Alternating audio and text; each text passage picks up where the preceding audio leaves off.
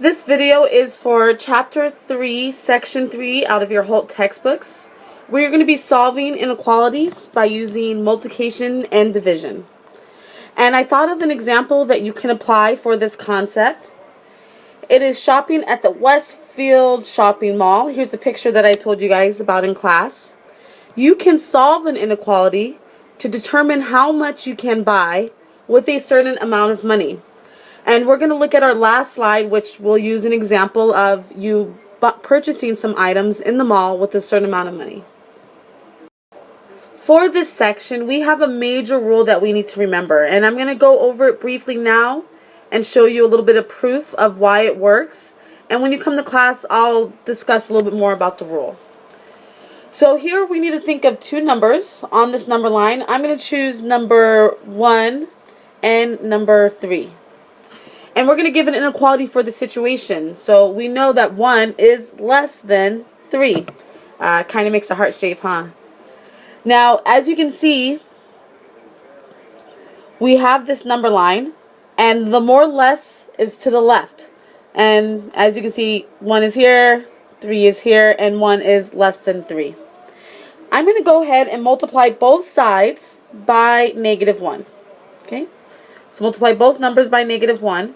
When I do that, -1 times 1 is -1. And that's still going to be less than 3 times -1 is -3. Now let's look at this new situation. Is -1 less than, is -1 less than -3? Well, if you look on the number line again right here, you can see that -1 is going to be about right here is -1. And as I told you before, the more to the left you go, the less you go.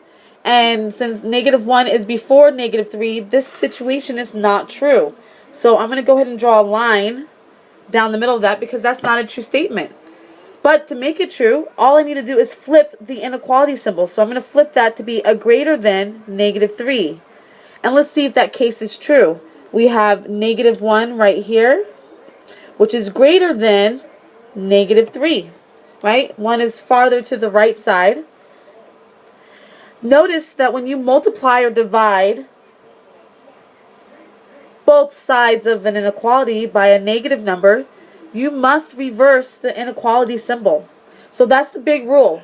If you multiply or divide both sides of an inequality by a negative number, you must reverse the inequality symbol. If you come to class tomorrow and prove to me why the dividing by -1 case works, I'll give you a 1-up. So bring that to class. Now that we learned the rule, we can begin applying it to different problems, and some problems we can't apply it to.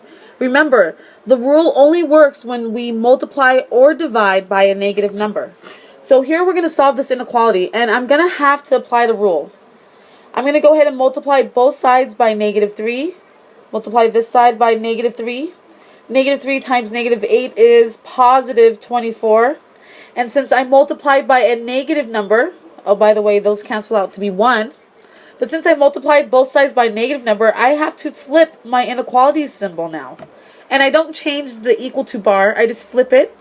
And now I get my answer to be x. I can also write this on the left-hand side by writing it as x less than or equal to 24. Both of these ways, this way with the 24 on the left-hand side and this way with the x on the left-hand side are the same thing. We always write the variable on the left-hand side, and we've discussed this in class when applying it to adding and subtracting inequalities. Okay, notice how we had to apply the rule. Why is that? Take a minute and think about it. We'll discuss that in class. Why did we apply the rule to example A? For example B, we are going to solve the inequality and graph the solution. We forgot to graph in example A, but we will make sure to graph in example B. And I want you to pay attention to the fact that we are not going to apply the rule for this example. In order to solve for Q, we need to divide both sides by 5.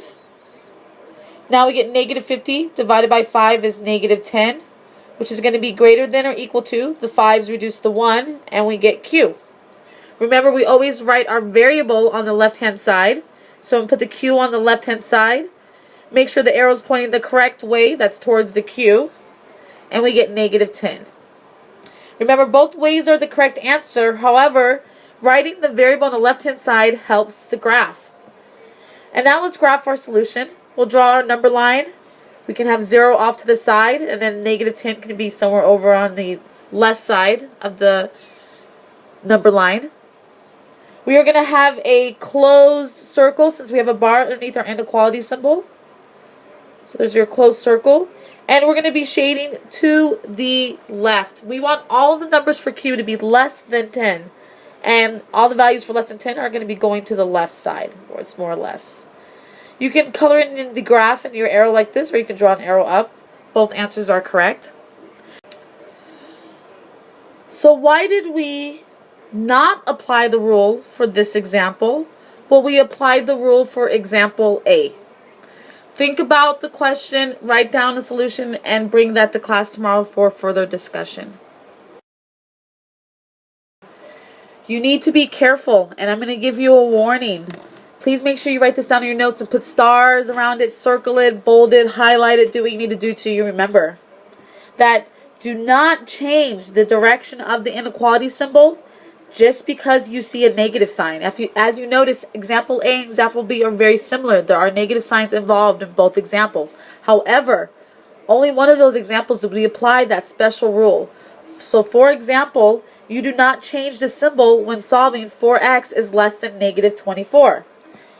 Once again, why is that? Well, that's because the negative sign is not what we're dividing. We're going to divide this problem by a positive 4. And no matter what we multiply or divide, if it's positive, we do not change the sign. But if it's negative, we always change our inequality symbol.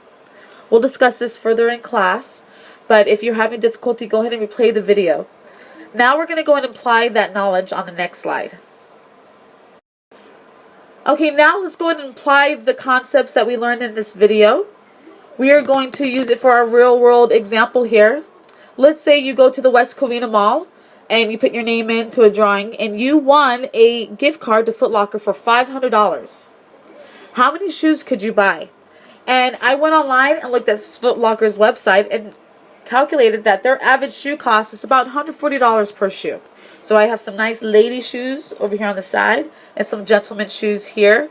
So think about how many shoes could you buy if you had $500. Well, I'm going to go ahead and make this smaller. So just keep it to the side and we'll do our work around it. Now, let's think of an inequality that we could come up with. We know that it's going to be about $140 per shoe. So let's let X equal the shoes that you can purchase. So here I have 140, and that's going to be multiplied by every X pair of shoes I can buy, right? If I buy one shoe is 1 times 140. 2 pairs of shoes would be 2 times 140. And I'm going to put a box here, because we'll come back to that, what inequality symbol would go there. And it's going to have to equal, or give an inequality to, 500. Because that's how much money the gift card's for. So think about an inequality that might work for this situation. Pause the video and give it a minute, thought, write down an inequality, and then play it and see if your answer is correct. I'll assume that you paused the video, and if you did, hopefully this would be your answer. So the correct inequality would have to be less than or equal to. Why is that? Well, this 140 multiplied by X has to be less than that 500 because that's all you have on that gift card. So if this value is greater than 500, then you're going to go over your limit.